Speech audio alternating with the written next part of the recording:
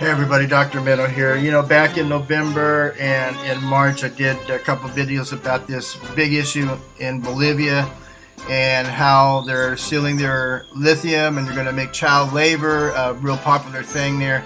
And this is all crazy. Anyway, here's another video to add to my collection in this playlist about the atrocities going on in Bolivia and how USA's got to get their freaking hands out of South America. Today, if Evo Morales' election was not fraudulent, why isn't he still the president? We've talked a lot about lithium and lithium production and how important this was and the role that this may have played in the coup, right?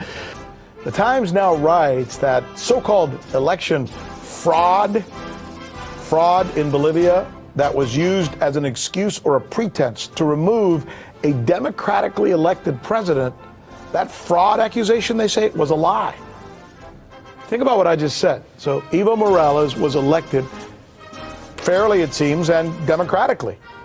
Within less than 48 hours after he was elected, the European Union, the Organization of American States, and the United States State Department declared his election fraudulent, which fomented a coup, causing the elected president to leave the country, only to be replaced by a new president, one that is more to the liking of Washington and the OAS and the EU. So should it surprise anyone that this type of foreign election meddling took place? Should it surprise anybody that the so-called fraudulent election used to remove a president turns out now to be not a fraud? No, it should not surprise you. In fact, it does not surprise you, not if you regularly watch this newscast. I want to take you back 4 months ago, February 27th, right here on this set, when I reported what the New York Times is reporting now. His election was fraudulent, they said.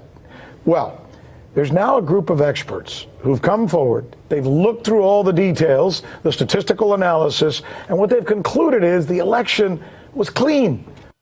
That was me then, right? So here I am now to tell you what's going on with the New York Times. Because now, 4 months later, the New York Times is admitting that the so-called election fraud conclusion was flawed. That's the word they use in their article. But that's not where they leave the story, interestingly enough. Then, in what appears like a case of doublespeak, the New York Times is writing that it doesn't mean that the election in Bolivia was free and fair. And they cite a source who says, quote, there was fraud, we just don't know how much. Well, which is it? What election anywhere in the world, including ours, is perfectly fair and without criticism? And one more question. What happens now?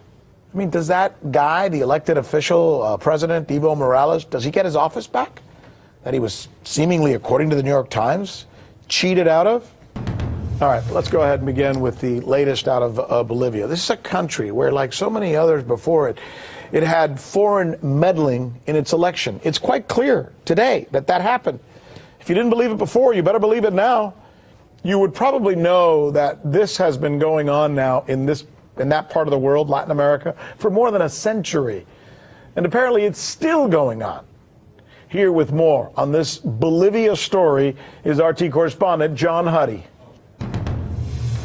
In December 2019, the New York Times published a story titled "Election Fraud Aided Evo Morales, International Panel Concludes," with a subhead about the charges of voting fraud that led to protests and the exile of Bolivian President Evo Morales being confirmed in a final report by the Washington, D.C.-based think tank, the Organization of American States, or OAS for short. The OAS report concluded that Bolivia's election was marred by widespread accusations of fraud and now second thoughts about those accusations. Oh boy. The Times writes that a new study by independent researchers, quote, using data obtained by the New York Times from the Bolivian electoral authorities, has found that OAS's statistical analysis was itself flawed. Why? Because it relied on incorrect data and inappropriate statistical techniques. The election fraud allegations led to violent protests in Bolivia and charges against Morales of terrorism and sedition. Morales fled Bolivia to Mexico City on November 10th and was granted political asylum. Replacing him as interim president was Janine Áñez, a religious conservative of European descent, backed by the United States, who stands as a contrast to Morales' Socialist Party and indigenous roots. U.S. officials and some academics quickly supported the OAS's findings and Morales' ouster. In fact, U.S. Secretary of State Mike Pompeo tweeted back in November, quote, fully support the findings of the OAS official report recommending new elections in Bolivia to ensure a truly democratic process representative of the people's will. The credibility of the electoral system must be restored. It's noted that there was likely some election fraud in Bolivia, though how much and where remains unclear. The OAS report was done quickly, so it's likely not all the election data was thoroughly analyzed. Further, some argue that the media's echo chamber added to the overall contention and confusion. In a February 27th op-ed in the Washington Post, two noted MIT researchers disputed the OAS report, saying their research found no reason to suspect fraud, writing that, quote, the media has largely reported the allegations of fraud as fact. Evo Morales, meanwhile, is now in Argentina, where he was granted refugee status and continues to rail against what he calls the U.S.-backed coup that drove him from office. 7 months later, there's still no elected government and no official new election date. For the News with Rick Sanchez, John Huddy. Joining us now, RT producer and Latin America expert who holds a PhD on the subject, Enrique Rivera. Thanks, Enrique, for joining us. Here you have a guy who was elected who is not the president, and it turns out that the reason we used to get him out of there was wrong, fraudulent. I mean, is he going to get his job back? That's a complicated question, and I'm going to give you a complicated answer. No. No, he's not going to get his job back. One word is going to do it, right? No, they're not going to give him his job back. He is in exile in Argentina. They've been pushing the elections back. It's supposed to be in December, March, May. Now they're saying September. This was supposed to be a caretaker government that held reins for 3 months. And they've been holding on to it for this long. The people lost their president. They lost their election. They lost faith in their election. The damage is insurmountable almost. Am I crazy? No, you're not crazy. You're absolutely right. And I mean, we need to look at this as a crime. This was a terrible, terrible crime. We put together a slide that kind of indicates how radical a change has been made. So the Bolivian people voted for someone who's a staunch opponent to U.S. interventionism and who runs a mixed economy, which has benefited by lifting a lot of people out of poverty. Let's look at foreign policy. They allowed U.S. aid back into the country. They've been banned in 2013 for funding the opposition, funneling millions of dollars to them, established relations with Israel, closed embassies in Iran and Nicaragua, recognize Juan Guaido as president. This all falls in line with the U.S. and what they want. Turned the country's policies upside down overnight. Completely upside down. Let's go to the economic stuff that they changed. So we've talked a lot about lithium and lithium production and how important this was and the role that this may have played in the coup, right? So the Bolivian government ran state-ran production enterprises related to lithium. These production processes have halted completely, and the government has called for international investment. Like I said, this is a crime. No, this country has been completely looted. And it's really unfortunate. We'll see in September if they're allowed to have free and fair elections like they had last time. Luis Arce, who is a member of Morales' party, is leading all the polls. Let's see if they let him win. You know, it's funny how when I turn on the television here in the United States and I turn on whatever, MSNBC in particular, all I hear is about no one has the right to meddle in another country's election, especially when they try and get in there with social media and tweets and trolls. We've done this. Right. We do it all the time. Right. Where's this story? And I'm no defender of Morales. I mean, I think he's a little bit of a lefty, you know. I'm not, but they elected him. That's their guy, not mine. What the hell business is it of ours? Right. We've got to stop doing this, it seems. Call me nuts again, but it just doesn't seem right. No, it's not right. And Get Ocean's 11 or the Italian Job. This was something else. They didn't rob a bank or a casino vault. This heist was so much more ambitious. They stole an entire election without forging a single vote. See if you can figure out who the robbers were as we start from the very beginning of this heist. The OAS mission expresses its deep concern and surprise at the drastic and hard-to-justify change in the trend of the preliminary results known after the polls closed. Just as vote counting ended, the OAS, the Organization of American States, which monitored the elections, came out and cried foul.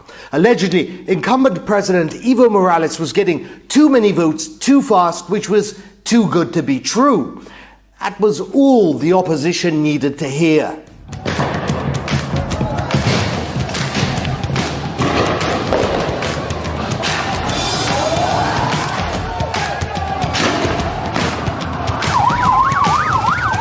What followed was just shy of a civil war, a military coup. The incumbent president was forced to resign, to flee with his family to Mexico, and an unelected far-right woman, white and rich, takes power.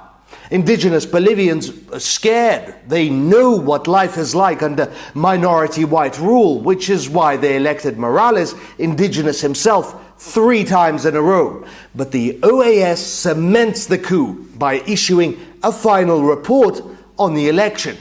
The conclusion is that there was international manipulation and serious irregularity that make it impossible to validate the results originally issued by the Bolivian electoral authorities. Who do you think did it? Who were the proverbial robbers? Was it Evo Morales, the hugely popular president running for his 4th term and leading by 10% of the vote? Was it the opposition, who were so far behind that their only chance was to spoil the election? Was it a foreign power, someone who wanted Morales gone? The United States applauds the Bolivian people for demanding freedom and the Bolivian military for abiding by its oath to protect not just a single person, but Bolivia's constitution. It was none of them. The robbers, those who stole the election, didn't wear masks or carry guns. They held clipboards and disguised themselves as election monitors. It was ingenious. Who would expect election monitors to essentially falsify fraud? That's like the police robbing a bank. Unthinkable. But that's what they did. Remember when they claimed that Morales got too many votes too fast and it all but had to be fraud? Turns out it didn't have to be fraud. They just changed the graphs and played with the data to make it seem that way. We revisit the evidence, finding that the jump does not exist. A secular trend explains the within-precinct results, and we can predict the post-7:40 p.m. results almost exactly, using data from the previous poll, which the Organization of American States endorsed. This isn't news. Back in December, academics and statisticians rang the alarm saying that the OAS wasn't being entirely accurate, truthful. Essentially, the election monitors were either incompetent by jumping to the wrong conclusions or malicious by manipulating data. Either way, the result was a military coup, and people have been calling for months for an apology. In fact, it is easy to show with election data which is publicly available that the change in Morales' lead was neither drastic nor hard to explain. We call upon the OAS to retract its misleading statements about the election, which have contributed to the political conflict and served as one of the most used justifications for the military coup. So why isn't this a matter of public knowledge? Why aren't people outraged? Well, that was taken care of by the media, which essentially then dusted the robbers' tracks. The media misled millions by jumping the gun and essentially laying it all on Morales. Look at the New York Times then, burying Morales' presidency, versus the New York Times now. A close look at Bolivian election data suggests an initial analysis by the OAS that raised questions of vote rigging and helped force out a president was flawed. The OAS, by the way, is toasting champagne. See, they now claim there were so many irregularities that no one could find the truth. You're doing a statistical exercise on documents that are falsified. The question is not whether the false numbers add up. The question is whether they're false or not. The OAS, an organization mostly funded by the United States, you may be surprised to hear, virtually stole an election, sparked a military coup, and got rid of a leader that the United States didn't like, without falsifying a single vote. Now that is a heist. The media demonizes, vilifies the Evo Moraleses, the Gaddafis, the Daniel Ortegas, the Fidel Castros, Mugabe in Zimbabwe. They completely vilify these nationalist leaders who they cannot control. And that becomes a headline that they spoon feed the American people for months and months and months, building up towards the coups, the invasions, the occupations. And then once they have a Bolivia or a Libya back, quote unquote, under control, and once it's functioning as a U.S. neo-colony, we never hear about that country again. And that's the same blueprint that they've used over and over. So there's no reason to think that they're going to walk back anything in terms of their misreporting on Bolivia months ago. They're going to continue to try to recolonize Bolivia with their eyes towards an electoral coup in September if necessary. Okay, and to reiterate something, look at 1, 2, and 3. Fascist, fascist, fascist. All fascists trying to take over this small country and ousted a duly elected president that the people want for them. And this is the part that really gets my goat number 2. What country is in there? These people have to stop. Mossad has to stop. They have to stop the Zionist control around the world. Please, we have to do something with these two big countries causing all these problems around the world.